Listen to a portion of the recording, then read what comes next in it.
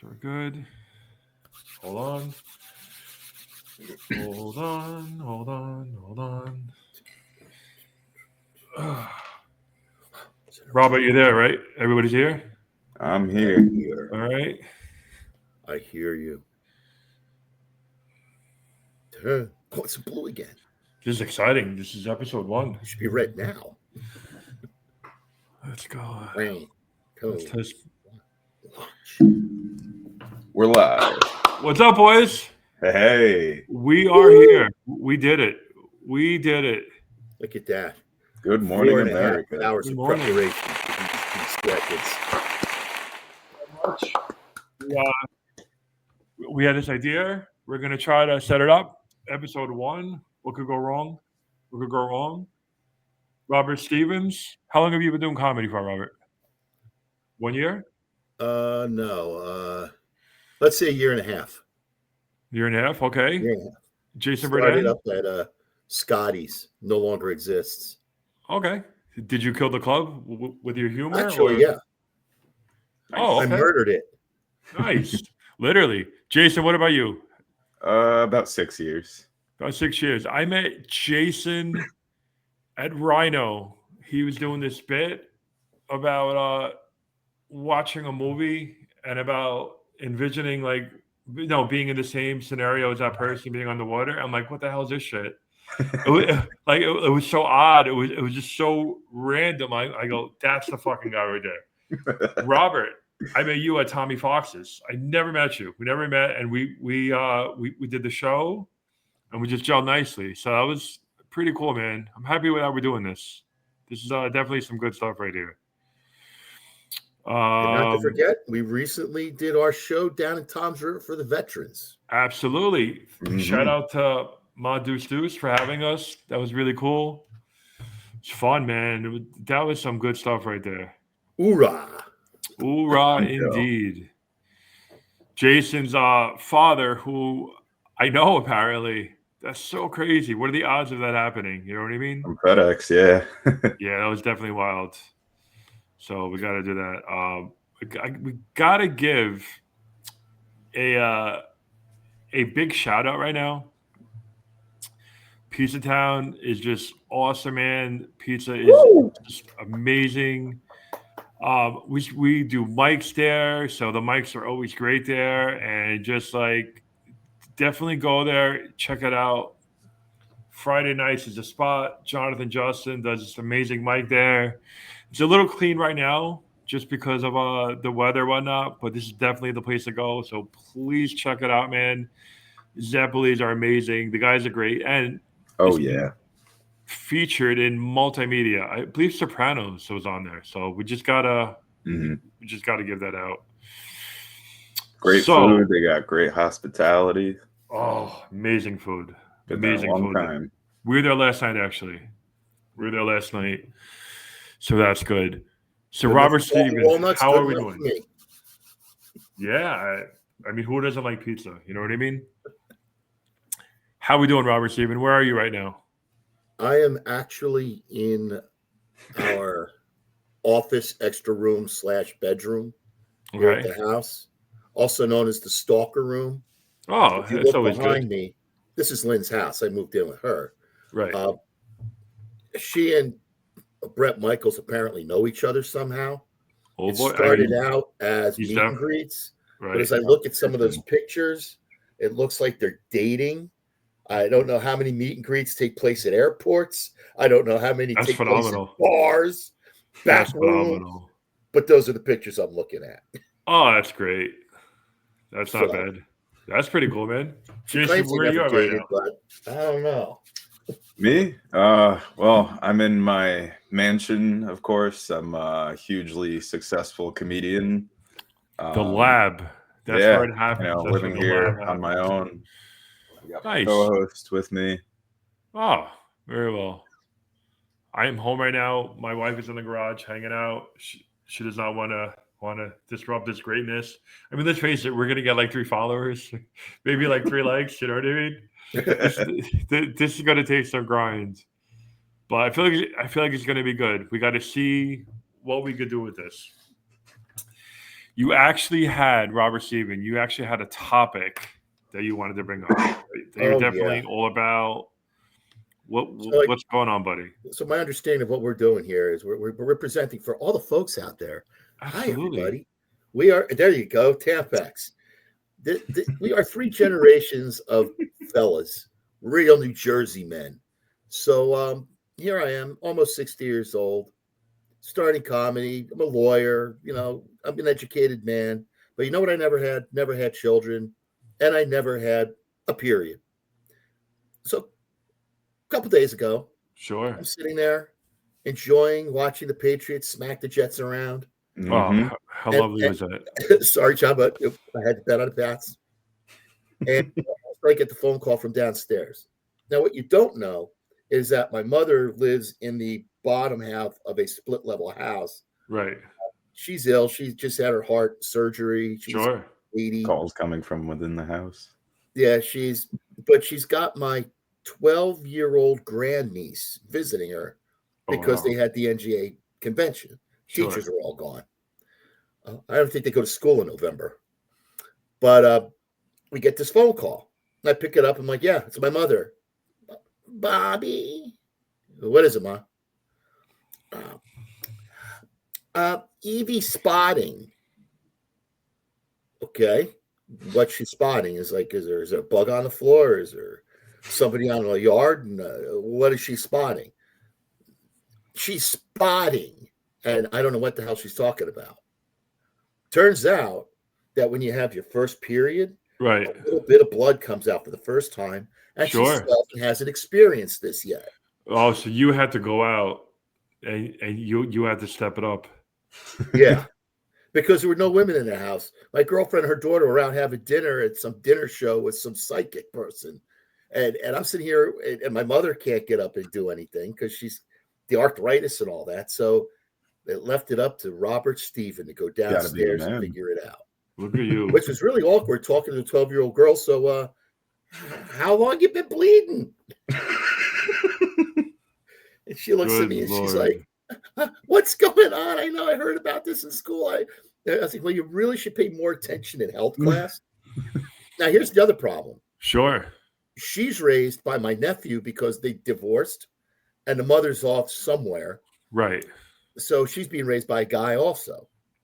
And he's clueless what to do. Now, my sister, her grandmother, is off in a place because she lost part of her leg. So she's rehabbing. So she's not around to help. Yeah, listen, you got to do it. Even today. I've done it before. You got to do it. So I had to man up, figured out what she needed. And I don't know, do you get the Tampax we're looking at? Do you get the little tube thing that I remember seeing on movies and TV? Right. And then I get there.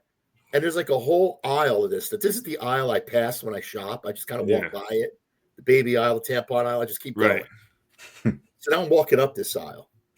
And there's no one there to help me. And I'm staring at a wall of Always and Truly and Tampax and Maxi this and Mini that. And I have no clue what to get.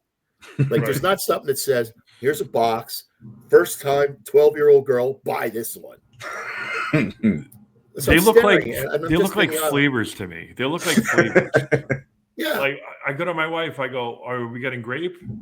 Are we getting lime? Like what are we feeling? And there's only 2 flavors. There's raspberry in the light pastel pink, and whatever the hell the teal blue is supposed to taste like. I'm thinking it's menthol. You know what? It could be. It could definitely be menthol. Large vagina, small vagina. And women are walking past it. It's evident. It's evident that I don't know what I'm doing there, that I need help. And at least 5 women with carry just walk past me. Who comes up to help me? The 17-year-old boy clerk. Oh, that's not awkward. And you want to talk about even more clueless. We're both standing there staring at it, wondering the flavor of the blue one. Sure. And then she's 12, huh? Yeah, she's 12. What one should I get? He goes, I don't know. Let me call my sister. So he's trying to call, but he can't call out. So he's like on his phone, screwing around, trying to call. I'm like, why don't you just go ask one of your coworkers? Why are you calling your sister? That's fantastic. And he goes, well, she's 14.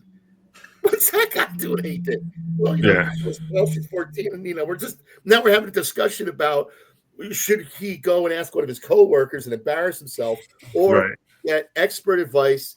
We are now on one of that game show, where you're calling for your line. Oh yeah, you got to go through all that stuff. But you did it. But the moral of the story is you're a hero. That means that, just to sum this up, when we need tampons or Tampax, we call Robert Stevens, and that's awesome. Eventually, it worked out. Got him on speed dial. Speed dial, Jason. Small to medium, one of each kind, pad and Tampax. She finally figured out with mom what to do with it. Well, that is fantastic. Well, you are, that's being a legend right there. I got him in my contacts as Tampon Man. Absolutely. That's fantastic. I prefer Maxi Bob. I mean, listen, you got to do what you got to do. But I think that's great. You're a hero. You brought it up. I've had to do it before. It's not my favorite thing to do, but whatever. It is what it is. You kind of just do it. But that was the first time I guess I broke my tampon virginity. You did, dude. That's a fantastic thing. Been there. What are we talking? So I want to bring up bringers because, I want to try to keep it like 5 minutes, and just so we have more time. I want to talk about bringers. So I'm a year and 2 months in, and it's awesome to get stage time. It's awesome. We know all about it. Can you work a show? Yeah, great. Can you bring 5 people? Can you bring 3 people? This is just how it is. This is utterly annoying. Having to harass people, you know what I mean? Because I don't want to burn people. But what do you guys do in situations like that? I stopped going to bringers. Oh, must be nice. Well, and again, I'm going to cite somebody who's not here today that we all know. Right. Joe Soroka taught me a lot. Oh, he's going to be there he's Friday. A good resource for you to tap because Joe's been doing this less than any of us. Oh, yeah, for sure. And he's been like a year in, and this guy's showing up all over the place. Everywhere. He's everywhere. And he'll go to bringers, but he sends things out to everybody. And the thing that, what we did recently, right? I produced that show for us where we had no filter on the street with Linda. Right. Okay. I reached out to you two, not because we're doing this, well, partly, but because we have good chemistry, and you're both funny. And I know Linda's funny, and she'll always do something for veterans. And my friend Steve came out, and he brought in Paul because Paul wanted to volunteer. That's great. Now that was all free time. Now, hopefully through that, we get some kind of gigs out of it. Sure. Who not dues, because they're going to want to do something where they'll hopefully get us to some place that'll pay. Yeah, but we got to do it. But that's one way to do it. With the bringers, I try not to ask the same people. Right. Every month. I do have a core of about 5 to 9 that will always come out if they can. Sure. One of them, you both know, your significant other. Right. Yeah. The second one, Jason knows, your best friend. Sure. Yep. And if Linda's going to be there, we know Blake will be there. Linda's biggest fan. Jason, how about you? What's your experience with bringers? Well, convincing your friends is, always a tough sell. It's always hard getting them to come to your shows, especially in the city. Yeah. People definitely want to go to the city on a Sunday. Oh yeah, no, they love going all the way out there, and it's so easy getting out there. Oh yeah, for sure. Traffic's my favorite. Oh, I love it. No, I've developed a foolproof plan, to get my friends to come to this show. Usually what I'll do is I'll hold them at gunpoint and bring them against their will, and then tie them. You got to do it once we get there. You got to do it. And so far it has 100% success rate. So Jason's like, can you come? You guys should try it. Jason's like, can you come? I don't know. And there you go. And we need everybody. You need everybody, Jason. We need everybody to go. I go, hey, can you come to my show? I don't know, maybe. They're dead. Mom, can you come to my show? I'll try. She's dead because I got to be fair. She's a woman. I got to be fair. I can't just shoot a person and not my mother. I got to be fair with this whole thing. But it is just kneecap her. Just sometimes you got to do it. Sometimes you got to do it. But man, the whole bringer thing, I'm hoping 2026 will be a little different.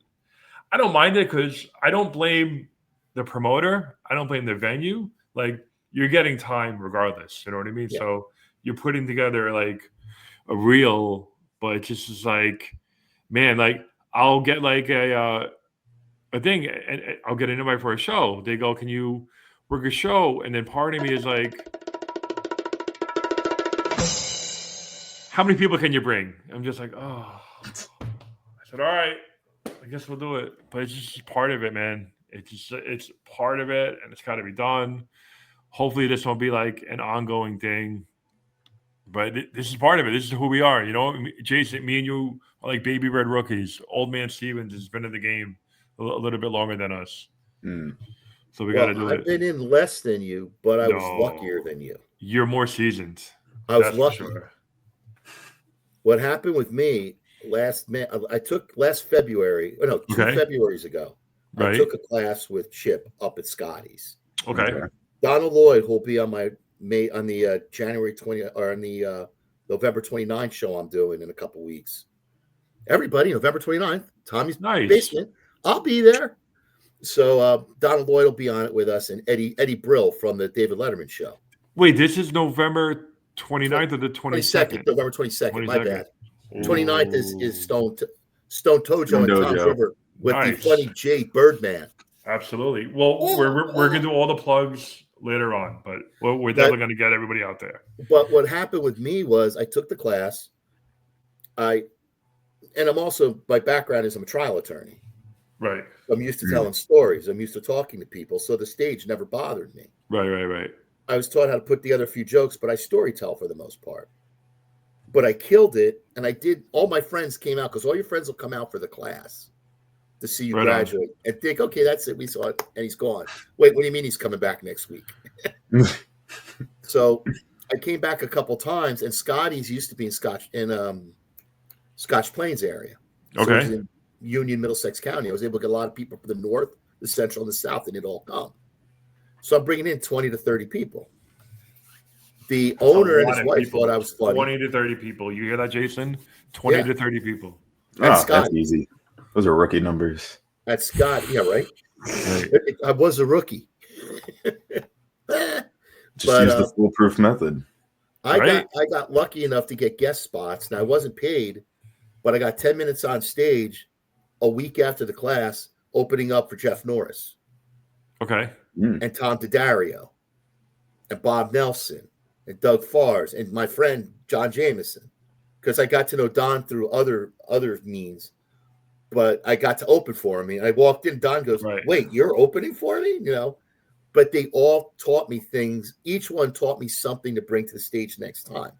Right. Try to connect with an audience. How to because the problem is when you do open mics or bringers, like bringers, it's a little easier because you bring Blake, and we can all pick on Blake because of the Linda thing. Sure. And this is a lot of inside information for people watching. It's all 6 of you who are watching our first episode in a couple of hours. But when you could get in front of live audiences like we all did the other day, and Jason, you did good with it because you walked out, there were like 3 people paying attention. And you just kept rolling with it. And by the time you were done, you had like 30 people standing there watching you. And John, he's so damn tall, he just commands, look at me. Yeah. Yeah, John's got that presence. Like, is that building moving? Why is it wearing a hat? It's like, no, he's like the Iron Giant. He's just tall. It's about owning it. Jason, what about you? Like your journey? What's your journey been like? Well, I think I started 6 years ago at the Rhino. That's where I. Oh, at the Rhino? Okay. Yep. And I did that like exclusively the Rhino for like the first few years. And I was like too afraid to try any other venue. I just felt comfortable there. Sure. And back then I was only doing it maybe once a week, if that. And I was I was like scared. I would like talk myself out of it. Like sometimes I would drive myself to the Rhino, and then when I got there, I would like sit in my car, and I would just like done that so many times. I've done that and so I'd many be like, times at oh, first. like I'd be like, oh, like I'm gonna bomb, or like I don't have any new Yeah. material, this and that, and then I would just turn around, drive home, just wasted time and gas. Dude, I've done that. I've parked outside Boulevard or in the parking lot at Pizza Town when I was new. I was like, all right, I'm gonna say the funniest thing ever. I'm like fucking genius. I had everything set, and I go to the car, and I'm sitting down. I was like, all right, we gotta go. And then I see Yusuf walk in and cousin Kenny. I go, and I would sit in my car, and I would just drive home. I was like, fuck that. What the hell am I doing, bro? You're like, shit, I can't live up to that. So many times.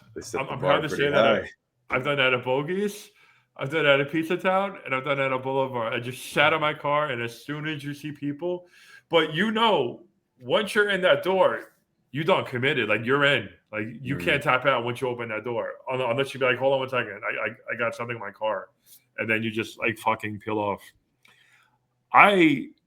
One of my buddies in LA, he's from New Jersey, and he came.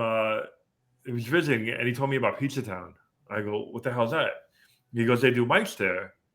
So I went there. I came to check it out. I watched him. I go, this is pretty cool. It was the summer, which is always great. You're outdoors. And then he left. He went back to LA. And I planned on visiting him 3 weeks after that, I think. So I went to Pizza Town just to watch. I think I watched twice. And then the third time, I'm just like, fuck it. I'm just going to go up there.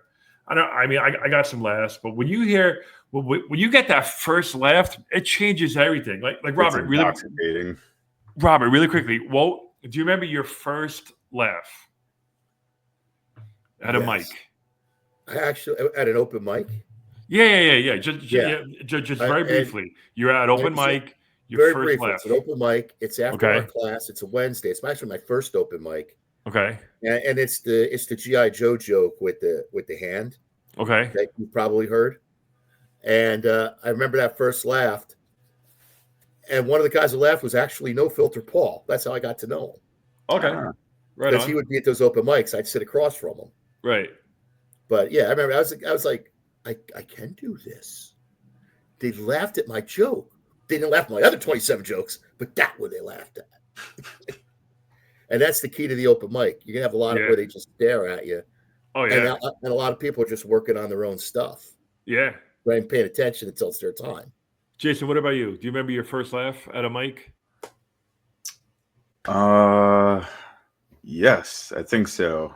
It was at the Rhino, and I brought a couple of my friends with me, and I think I was telling my joke about this concept that I had about faster food.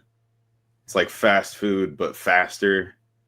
So, they like encourage you to drive, or they encourage you to speed at the drive-through. Like, they want you to do like 75, around the building. Sure. You get like 5 seconds to order. You get 5 seconds to pay. Otherwise, you don't get your meal. And they literally just like throw your drinks across the room when it's ready. But I think that was like one of the first laughs I ever got. And yeah, it was addicting, it feels amazing, and you're like, holy shit, I could command like an entire room of people and just get them all to laugh like that. That feels amazing, to make people feel that good feeling. My first laugh was I think Pizza Park. It was Jonathan Justin. I said he looked malnourished, and if we could help him and his family out. And then I think set up a fund. And I think I said something like I remember something along the lines of like, I remember seeing Jonathan Justin like next to Sally Struthers, and I picked him up, shook off the mud, took him home, and now he's doing good. Now he probably has a car now. So he's all set and he's all grown up. And I remember, I think Rob Brown was laughing. And when I heard that first laugh, I was like, oh, this could be something. And it's just fun, man. When you get that reaction, when you get invoke any kind of a reaction, whether you get heckled, whether like, you suck, or just like whatever, that is intoxicating. That is just fucking fantastic. I love Rob's laugh. Oh, it's the best. That's how you get. So Rob Stevens, we got this guy. He sounds like a fucking hyena. And if you could get him to laugh, that's like your seal of approval. Like you'll say something and be like, out of nowhere. You'll just hear him like howling in the background. It's so rare. You're just like, yes, got him. That's like the great, like the British baking show. That's like the British baking show. Like when you get the guy to shake your hand for that moment, it is just like awesome. It is so good. Guys, we got to hold on 1 second. We got to, if you could just give me a second. We kind of got to do the right thing a little bit. I lost a little weight, and it was hard. Like I was like struggling, to get some things happening like that, and it's been really good. It's sort of been like a journey. Things are happening. I just want to take a minute real quick. I remember I was at a position where, I just wasn't happy. Losing weight a lot. I was just gaining. I just wasn't there. And I found this great product called D-Water. And it's like a water system. And sometimes they send you like a case of water. And then it goes down to 12. And it's got 0 calories. And I got so committed into this thing that they were sending me less and less and less. So it's great. 1-800-555-5823. I've lost so much weight that they don't even send me the water. They charge me, but sometimes it doesn't even show up because they just really care. And I just wanted to bring that out. Like D-Water, I hope it trends. I hope it's like an ongoing thing. I wish I had a product right now. They didn't even send it to me because that's how much they care about me. They're looking out for my best interest. So I just wanted to, let that out real quick about stuff like that. I just want to give them their proper respect. Shout out to D-Water. Shout out to D-Water. Let's keep it trending. Jason, you actually have a topic that you were all about. Oh, yeah. So I wanted to talk about the phenomenon that is sweeping the nation. Absolutely. Robert, I'm going to test you on your math real quick. What's 98 minus 31? 98 minus 31 is 59. Is my math wrong? Wait a minute. Well, this is really going somewhere, Jason. Oh, man, you're making me question my math. Great topic. Well, everyone's favorite number right now is, do you want to read that off the screen? Yeah, it says, what the fuck is 6'7"? Oh, 6'7". Like, what is that? Like, what does it mean? Me and my friends were talking about it a couple of days ago. I think it's from a rap song or something. Yeah. I forget the artist's name, but he came out with a song. I think it was like Doot, I think was the name of the song. Don't quote me on that. But part of the lyrics was like 6'7", and it just caught on like crazy. And now anytime someone says the number 6'7", like these kids are just like, oh, 6'7", oh, 6'7". That kid right there that you guys see, he's most likely going to be a virgin if he's going to say things like that. Like, how cool and how trending 6'7". That dude's not going to have sex. He will not live to 6'7". He's not going to live to 6'7". He not even for a 69 if he keeps on going that route. Can you imagine like his IQ? Could you imagine like Tony Soprano and like if like fucking AJ had to deal with nonsense like this? have we like devolved where like these are like trending things? Like this is a real topic right now, Robert Steven. This is a real thing right now. This stupid, absurd 6'7" thing. Do you know It's anything everywhere. about this? It means nothing. Robert's 67, so he would probably know. I'm Are you almost 67? 67. I'm actually 59. That's why every answer I give Okay. numerically is 59. Robert, have you heard about this stupid craze that's happening? It's the modern day Seinfeld. It's nonsensical and means nothing. Don't you dare make any Seinfeld comparison to this dribble. That's what it this is. Nonsense. Remember Seinfeld? A whole show about nothing. This true. dude's 6'7" balls have is not even dropped. literally nothing. This is awful. Like this is what it's come down to. Like stuff like this. Do you remember when like things were cool? Like Jason, like you probably weren't, but your parents probably didn't even have sex yet. But there was something called Garbage Pail Kids. And Garbage Pail Kids were fun. And we would trade them and we would go out to play. You know what I mean? Like it'll be real. Mhm. Now we're like TikTok and we're making like little stupid trending things. It's very concerning how we have not evolved. Our generations, we've certainly had some silly numbers that we've all laughed at. Sure. 420 probably being the most 420. popular. Sure.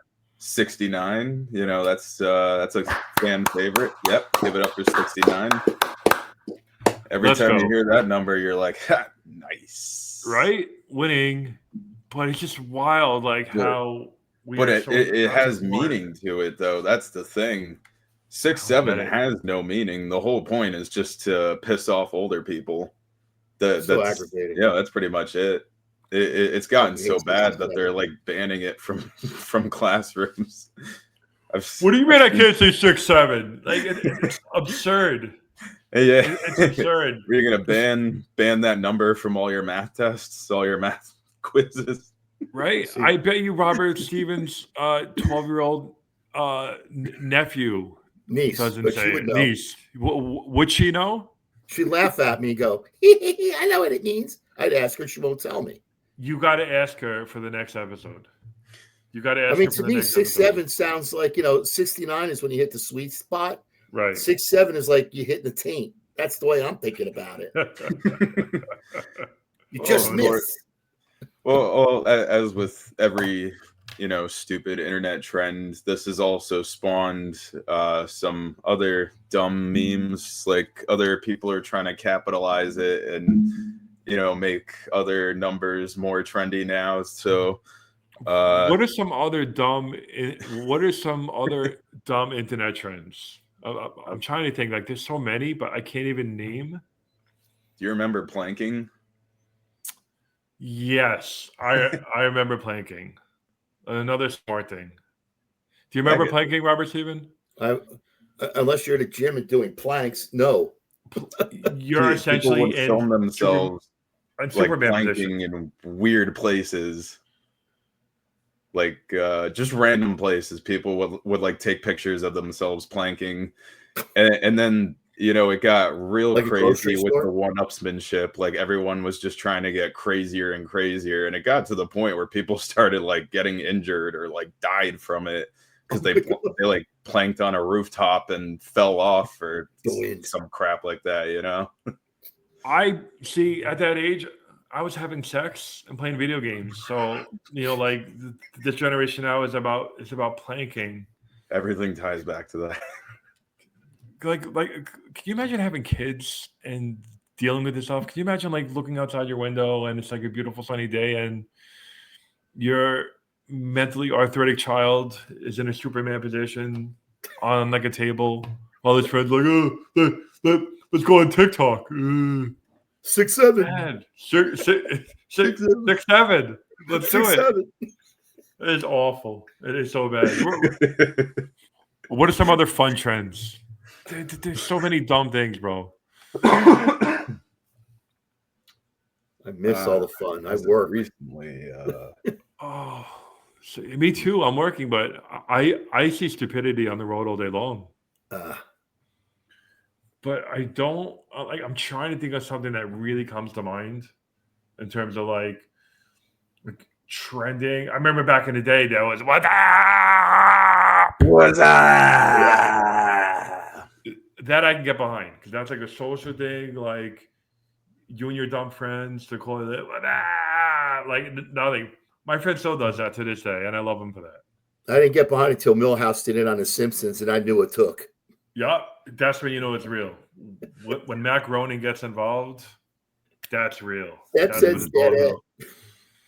Oh, this is fantastic. So we don't have to name names, but it's always good episode 1 to get something popping. What are some controversial things that are happening right now in this scene? Now, I don't recommend naming names, but maybe what's something that we don't agree with. Something that's like a well-known community thing. You know, maybe there's like a comic that is inappropriate. Remember, no names, or that's on you. Maybe there's like Justin is a tyrant. He's such a tyrant, bro, and he's a mother blanker. He likes to blank. It happens. It's gonna happen.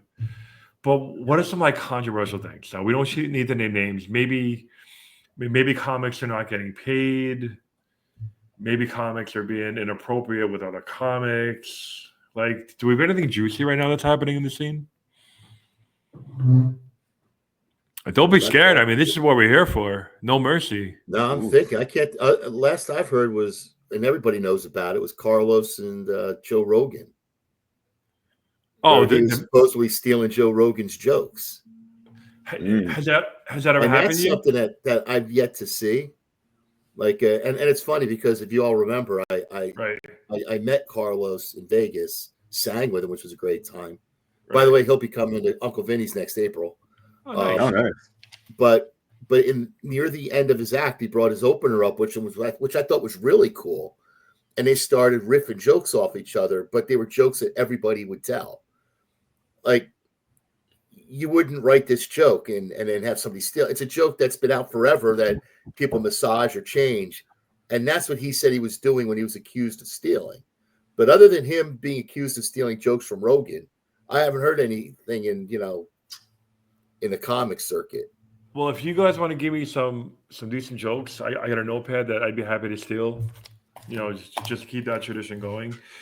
Somebody stole one of my jokes, and I was kind of excited. I talked about it with Ray and Barrett. I told a joke at a spot, and then I was at Rhino with my friends, and somebody basically told my joke verbatim. Now, it wasn't like out of context, you know what I mean? It was verbatim. And when I heard it, I was like, huh. Because to me, that's like validation. I go, that's what's up. I mean, it's not even a good joke. And then I remember not even parallel thinking. No. I go to this person, and I think I saw him once at Pizza Town, but that's it. I just haven't seen him. And I remember there, I go, that's my joke. I go, you messed it up. And he looked at me. He was with his girlfriend. And I go, you screwed up my punchline. And he was so uncomfortable. So I was like, I could text it to you. So just so you really get it down. And his girlfriend like looked at it. Now, mind you, this is like a 5th grade joke. and his girlfriend was like looking at him. And I go, I'll text it to you. I have no problem with that. Napkin, we'll just write it down just so make sure we're on point. But to me, that was validation. I was like, that's pretty wild. I don't recommend doing it, but I'm not going to stop you. Like, if you want to dig your own grave. Jason, has anything like that happened? Because you got some very awkward, smart bits. Like, nobody's ever stolen from you? Not that I know of. I try to give like a weird perspective on everything too. So, right. I always try to be like as original as possible. But sometimes I'm worried that, someone's already thought of the stuff that like I'm writing, and maybe someone's already happen though. It, But like that's gonna happen where like like we could talk about paper towels and you'll have a joke, Robert C will have a juggle of paper towels. And I mean, it could be Mhm. out of context, but it's going to happen where like there's too many things that are so common, you know what I mean, for a situation like that. But you have never witnessed it on your own. I don't think so. Actually, there was one night I saw at an open. There we mic, go. I Now we got don't something going. I Now we don't got think they something going. stole it. I don't think anyone stole from anyone. I just think they both had similar ideas. But the context was different. Yeah. You know, it's something I've even thought of in the past. Like it was basically a play on the word therapist, you know, the Okay. rapist. Oh, so clever. Uh-oh, can I say that? Are we gonna You could say you could say therapist. Absolutely, right. you could say therapist. Oh, we're canceled. We're done. Just like that. No, But you won't be canceled. That's an yeah, old Saturday I Night think Live it skit. was original. Just Was like that- that. It was a good run. We're done. Robert, what about you? Anybody steal one of your jokes? Or like Well, some I was of just context listening of to it? him. No one steals my jokes. My jokes are terrible. But I was just listening to Jason steal from Saturday Night Live. Jason, is that true? The rapist. Oh, there's so many contexts. It's so funny Okay. because it's so funny because they had the thing where Sean Connery's on Jeopardy, and it was He's so great. And it was therapist was the category. And he goes, "I'll take the rapist for $100." Oh. It's so great. And then Will Ferrell is so annoyed. Yes. Like But that's the first time I saw that. He doesn't even want to like go to him because he knows he's gonna say something about his mom. Oh, it's so great. That's when SNL was funny. SNL was funny with Chris Farley. Rest in peace. It was okay with them. Harmon. It was funny with John Belushi. There we go. That was a little beyond my time. In. Man, I think Will Ferrell is just hilarious. It's so awkward. You remember the cowbell sketch? That's like iconic. We need so funny. more cowbell. More cowbell. So great. Iconic. I love stuff like that. So hopefully hopefully there'll be better sketches than that.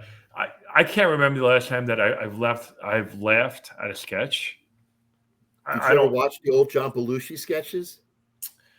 No, I didn't, because I was a little before my time. Like I've seen stuff like YouTube and whatnot, but yeah, he was different. He was definitely different. We've all been to the whiskey cellar, obviously. Yes, we have. When you walk out the whiskey cellar door and you look left, there's shout out to Alex Starr at the whiskey cellar. Yeah. We're very grateful for him. We walk out that door, you make a left. You go across the street. There's, I believe it's 7th Avenue Hamburgers. Belushi used to do a skit about that place. Oh yeah, where they have like when you walk up, they have they burgers, fries, Pepsi. That's it. Now they have more, but the skit used to be cheap, cheap. I have a Coke, no Coke, Pepsi. That was the joke. That place is actually right up the street from Whiskey Cellar. Oh wow, so this wild. is what I think of when we talk about Saturday Night Live. That's interesting. I just remember that made me laugh, and In Living Color, hilarious. In Living Color was so great. Like I couldn't imagine it without Tommy Davidson, without Jim Carrey. Even J-Lo was in it. She was a fly girl. She was shaking that ass, and I respect that. Nothing wrong with that. No, there's nothing wrong with that. But there hasn't been good sketch comedy. I mean, like, there's a couple of things like, what is it? The Whitest Boys You Know or something. I can't think. There's a couple of sketch groups, but like, The State was good. But there hasn't been a lot of great ones. So some The Whitest Kids You Know, In Living Color, Old SNL. You know what I mean? Because that's what got me what I'm into. You know, doing like stupid impressions, like on like a school bus with my friends. Like, what about you, Jason? Like, what got you into this whole comedy thing? Like, did you watch like a lot of TV, movies? Did you have a comic that you idolized? Yeah, I mean, when I was younger, like my favorite channel on TV was Comedy Central. That's like all I watched. Sure. Tosh Point oh was like my favorite show for a long time. Yeah. Daniel Tosh is definitely one of my favorites, and I watched a lot of stupid YouTube videos too. There's a He's lot of good wild, Daniel comedy Tosh. sketches on there. College Yeah. Humor was a big one. Yeah. Yeah. Well, there you go, Jason. That was so profound. That was so deeply detailed, and I think we're I riveted. thought it was captivating. I thought so too. Robert Steven, what about you? Like, what? Like, first of all, who's a comic that inspired you to go this route? Because you were a lawyer, right? So you could be in court right now. We don't know, but you decided to. Oh, no, I'm in the Bret Michaels Memorial. That's so funny. But I was actually. Is his hair still real? Oh, hold on. Do we think, is Bret Michaels' hair real still, or is it fake? Because Axl Rose is honest. He got rid of the old hair. It's the Hulk Hogan hair. Remember Hulk? Okay. When he take off the bandana, brother, and he had the forehead that kind of went up to here. So hot. Like, that's a panty dropper when you see those. That's why he always has the hat or the bandana on, because he's got the long hair right. And it starts about the back of his head. And he's still banging away, I would imagine. Oh, yeah. They said that they used to have like little black books, like Motley Crue. So when they would go on the road, they have like a little black book, and whatever state they were in, they had like lists of names. It's pretty gangster. But you were saying you're a comedic inspiration. Oh, Robin Williams is one. Yeah. Big one. Yeah. I try to work the impromptu in. You'll be seeing more and more of that as I'm going on next year. Nice. Sam Kinison is one. Yeah. Because he's just, we're both fat guys. So he's just like a fucking maniac. And he's the guy who just took a yell to the next level, just yelling. Oh, just a scream. As an exclamation point. And he just took it to like another level. Yeah. And all he did half the time was go, ah, and you're laughing your ass off because of what he said. People love that. People love that shit. Jesus on the cross. Can somebody get me down? Ah! That's great. This guy who I know, he used to do security for Sam Kinison. And Sam Kinison backstage, he'd be doing all sorts of party supplies, hanging out. And then he would come out and he'd just out of his mind. And they would go on stage and they loved him. He was telling me that one time it was Sam Kinison and Jackie Marling. All right. And he was saying Jackie Marling, he would piss off so many people's wives that they had to walk into his car. Because Jackie, like he would say everything. Like he would look for the hottest girls in the room, and he would say how he was going to fuck their wives in the buttocks. Only he used different words, and how he was going to impregnate. And he was saying that he was getting so tired of protecting Jackie Marling. He said one time he went there, and he was supposed to walk her through his car, and he goes, "Listen, you got to give these guys at least one shot." So an audience member punched him just to defend his wife. He said, I can't keep on protecting you if you're going to call these guys' wives cunts and sluts and all this crazy shit. But he was telling me that he did security for Kinison and Jackie Marling, and it was like that. He was saying it was like fucking wild, man. It was like the Wild West out there. But for me, Robin Williams too, when I was younger, I remember I saw something with it was saying something about Mickey Mouse is a 6-foot fucking rat. And I remember I was younger. I was like, what the hell is this? And I always wanted to do like the comedy thing, but I have a speech impediment, so I didn't even dare dream that. But for me, that was it. It was just so different. Like we've seen so many shitty comics. Like let's just be for real. Like I just seem so like uninspiring, But when you see somebody like real, like right now for me is Bill Burr. I never heard of Bill Burr, and then my buddy got me into him. And I just think he's hilarious. Him, Sebastian Maniscalco, because he's very situational, storyteller, because that caters to me. He doesn't think about a pound cake always having a pound cake because when people are going to come over. When we lived in North Bergen, we always had a pound cake in case somebody would come. Now I get it. But for me, Sebastian Maniscalco, Bill Burr is up there. What about you guys? Bill Burr is definitely a good one. I like him. Yeah, sometimes he's got that, old man yelling at the sky energy. Yeah. But I still love him, and he's a smart guy. Oh yeah, for sure. Anthony Jeselnik's another favorite of mine. I don't know if you've ever watched him, but he's kind of like the master of like misdirection and like dark one-liners and stuff like that. He's so dark.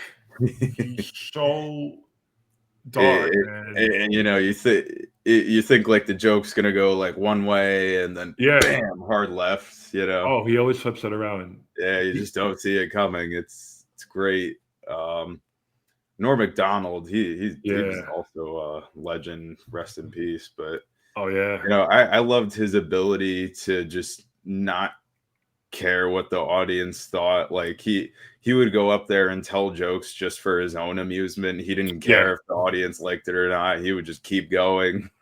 Oh man. What about you, Robert Steven? Like who are your top three right now?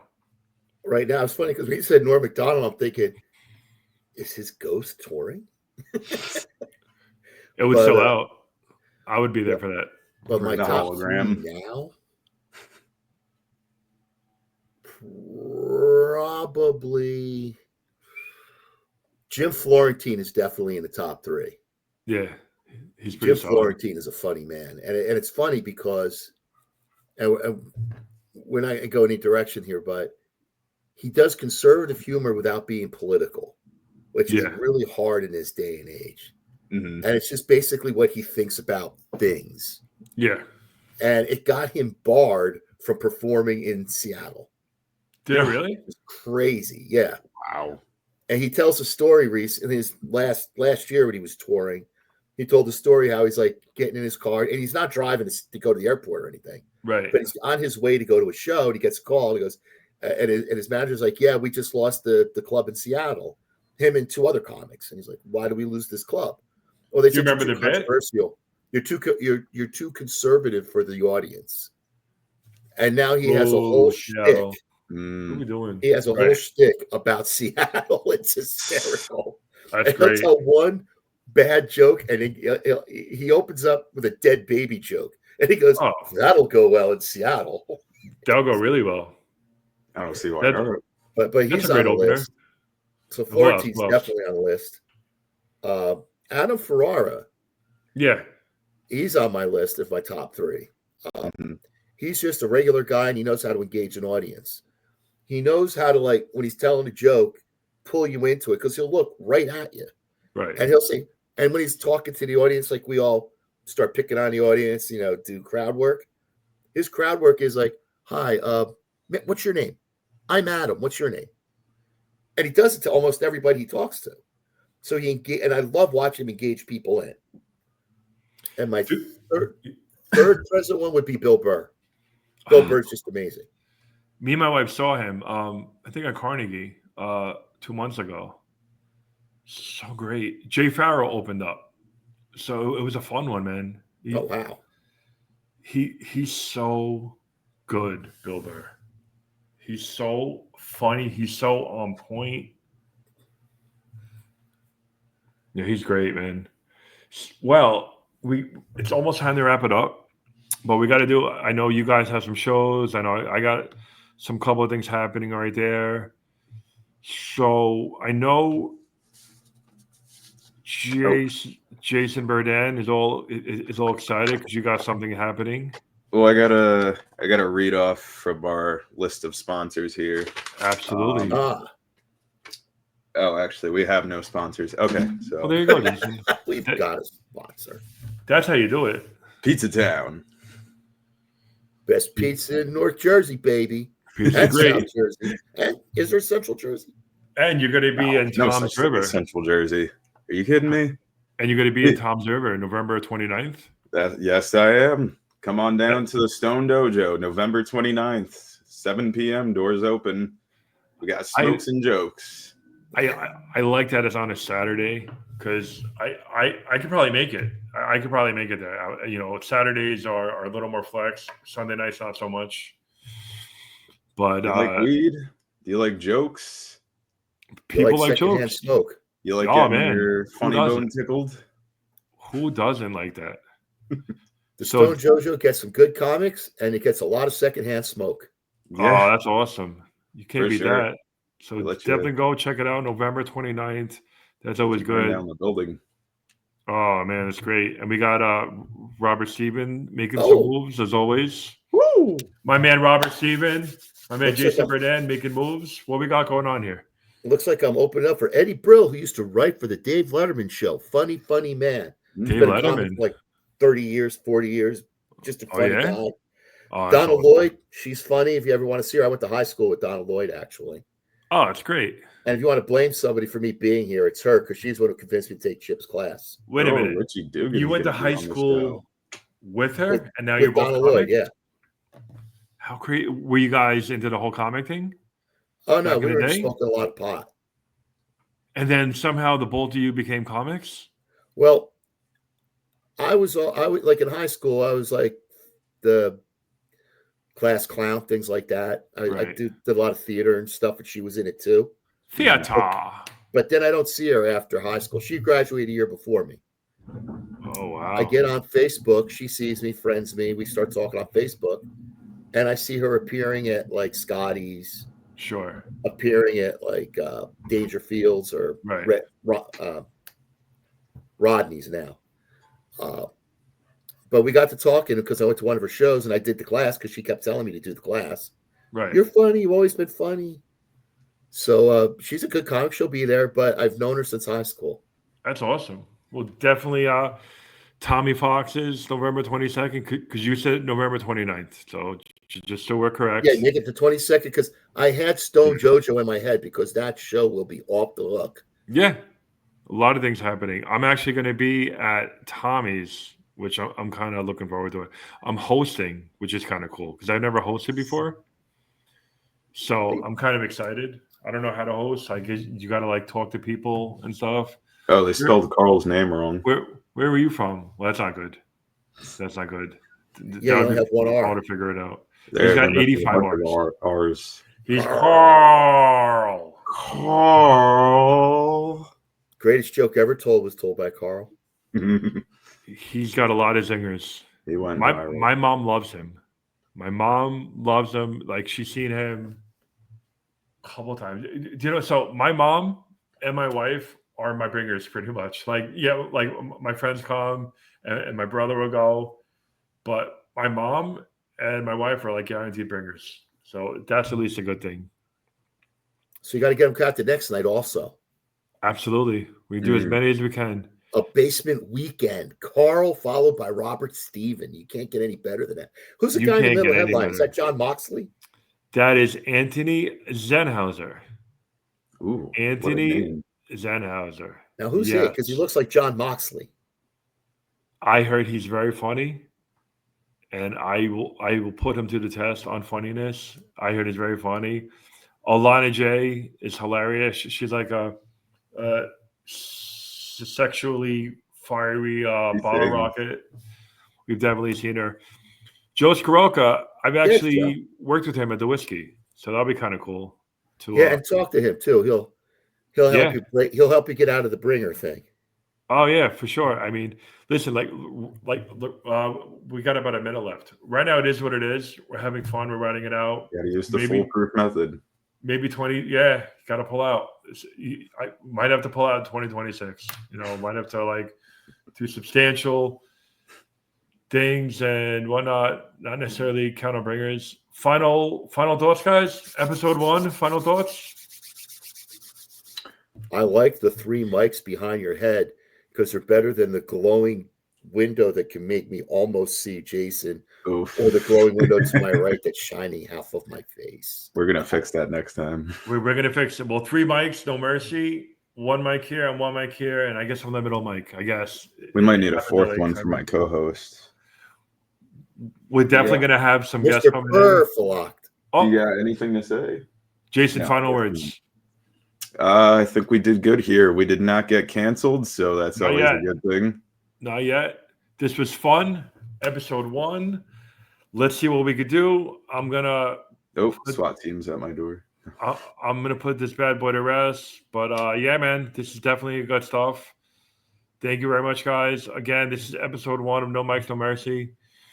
So hopefully we'll put this out soon, and we'll go from there. But boys, this was a good one. We're gonna see you November 29th at the Stone Dojo, Tom's River.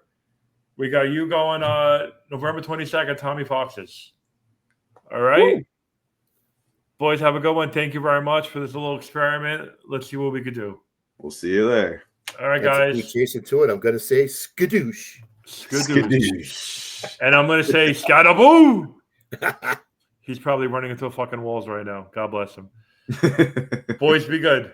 Peace. Peace.